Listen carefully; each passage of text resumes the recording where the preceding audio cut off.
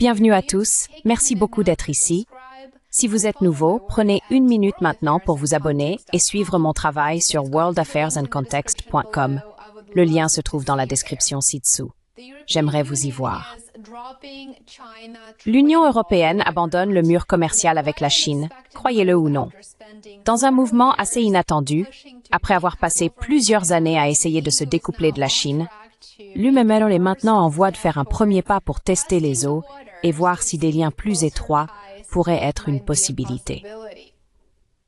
Un ensemble de barrières commerciales majeures entre la Chine et l'Union européenne est sur le point d'être levé.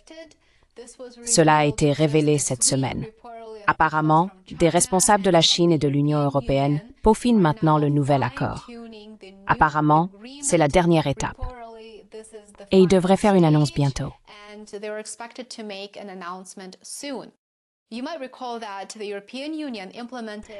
Vous vous souvenez peut-être que l'Union européenne a mis en place de lourdes barrières commerciales contre la Chine grâce aux initiatives venant de la Maison-Blanche il y a plusieurs années. Mais maintenant, bien sûr, il y a un changement de rythme assez significatif, disons, entre Bruxelles et Washington. L'UOPE pourrait vouloir relancer ce qui lui a bien servi pendant des décennies et bien sûr envisager une approche plus robuste envers le commerce avec la Chine.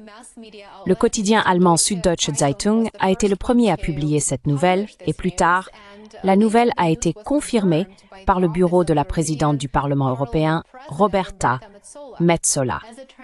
Il s'avère, selon le porte-parole du bureau de Metsola, qu'il a toujours été dans l'intention de l'Union européenne de faire lever les sanctions et de reprendre les relations avec la Chine.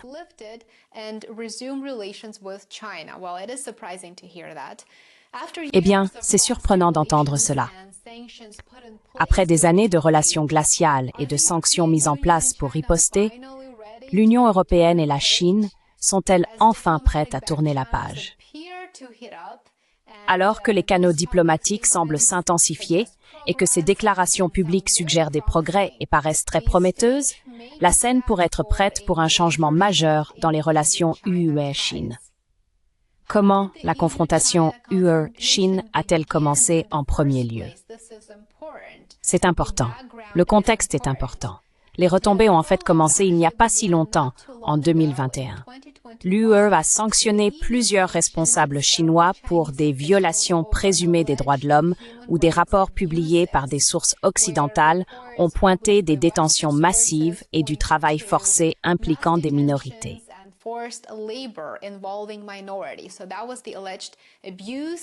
C'était donc l'abus présumé et sur cette base, l'UPME a imposé ces barrières. En représailles, Pékin a sanctionné 5 membres du Parlement européen, y compris des hauts fonctionnaires d'Allemagne et de France, ainsi que la sous-commission des droits de l'homme du Parlement européen et plusieurs universitaires et diplomates européens. Ces mesures de représailles ont gelé toute tentative significative de poursuivre un dialogue diplomatique à ce moment-là et ont effectivement torpillé un important accord d'investissement UE-Chine qui avait été en préparation pendant des années. Donc, rien n'a avancé et toutes sortes de conversations ont été bloquées après cette retombée. Mais maintenant, les choses pourraient changer. Comme mentionné précédemment, un porte-parole du Parlement européen a confirmé que les discussions avec Pékin sont dans leurs dernières étapes et visent à lever les sanctions sur les membres du Parlement européen.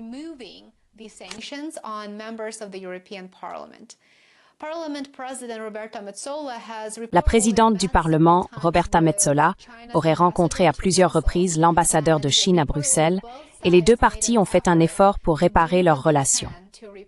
L'objectif réel est bien sûr de faire lever ces sanctions et d'ouvrir la voie à un engagement plus large à l'avenir. Maintenant, voici la partie importante. Cela se produit alors que les États-Unis définissent la Chine comme leur principal adversaire. Selon des déclarations faites par des responsables américains, ainsi que des données publiées sur des sites officiels.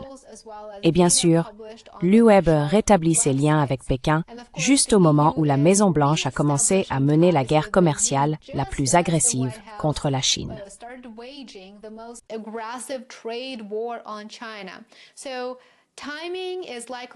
Il est donc probable que le timing ne soit pas du tout une coïncidence. Bien sûr, c'est une façon pour l'UEPME de potentiellement opposer les deux parties l'une contre l'autre et de trouver quelque chose de bénéfique. En ce qui concerne le timing des discussions UN-Chine, une partie de la réponse pourrait se trouver de l'autre côté de l'Atlantique. Les décideurs européens s'inquiètent du fait que la position commerciale du président Trump sur la Chine pourrait en réalité perturber les marchés mondiaux et forcer l'Europe à choisir un camp. L'Europe ne veut pas vraiment choisir de camp. Elle pourrait donc indiquer qu'elle est prête à revenir sur certaines de ses politiques envers la Chine, malgré le fait que cela va à l'encontre des intérêts de Trump, qui préférerait exercer une pression maximale sur Pékin en ce moment.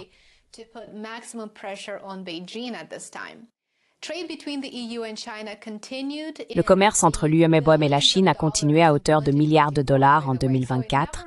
D'ailleurs, il n'a donc jamais vraiment diminué de manière substantielle.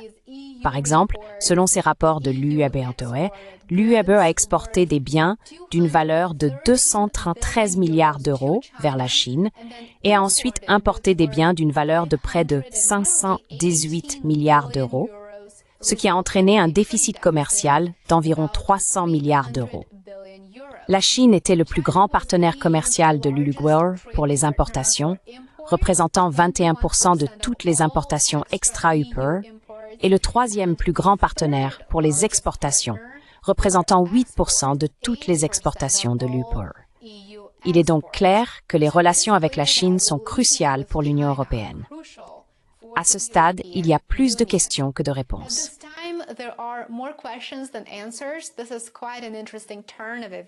C'est un tournant des événements assez intéressant. Bien que des sanctions contre les membres du Parlement européen puissent être envisagées, selon ces rapports, il n'est toujours pas clair si les restrictions sur les diplomates et les chercheurs seront également levées. De plus, aucun détail n'a été révélé sur la position possible de l'UEPME concernant l'augmentation des échanges commerciaux avec la Chine à l'avenir. Mais à vrai dire, il est peut-être trop tôt pour discuter de ces sujets, étant donné que ce n'est que la première étape de discussion renouvelée et un tournant des événements assez intéressant et inattendu, comme je l'ai dit.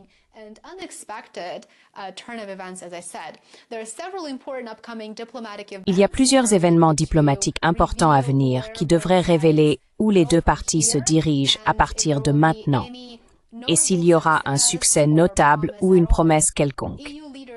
Les dirigeants de l'UEMOM doivent se rendre à Pékin en juillet de cette année pour un sommet majeur en présence du président Xi Jinping.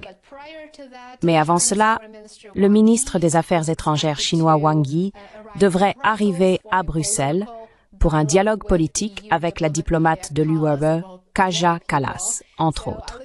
J'ai hâte de voir leur interaction et aussi les déclarations faites avant et après ces réunions.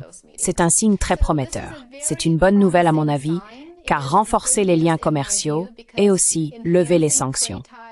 Supprimer les barrières commerciales et privilégier la diplomatie est un pas dans la bonne direction.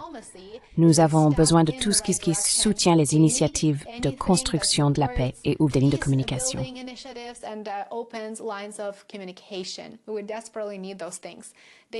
Nous avons désespérément besoin de ces choses. Elles ont été, bien sûr, fermées trop longtemps. Après des années de sanctions, de silence et de suspicion, l'Europe et la Chine pourraient être au bord d'une réinitialisation. Mais comme l'histoire l'a montré, la diplomatie n'est jamais aussi simple, et la route à venir sera tout sauf prévisible, surtout depuis que d'autres parties intéressées sont impliquées, comme la Maison-Blanche. Les sanctions seront-elles levées pour de bon? Commentez ci-dessous, faites-nous savoir ce que vous en pensez. J'aimerais beaucoup avoir votre avis. Merci beaucoup d'avoir regardé. Merci pour votre temps. Si vous avez trouvé cela intéressant, assurez-vous d'être abonné à ma chaîne YouTube. Suivez-moi sur les réseaux sociaux et devenez abonné sur worldaffairsandcontext.com. J'aimerais vous y voir et j'apprécie votre aide et votre soutien. Profitez du reste de votre journée et je vous retrouverai ici demain. Au revoir pour l'instant. And I will see you back here tomorrow. Bye for now.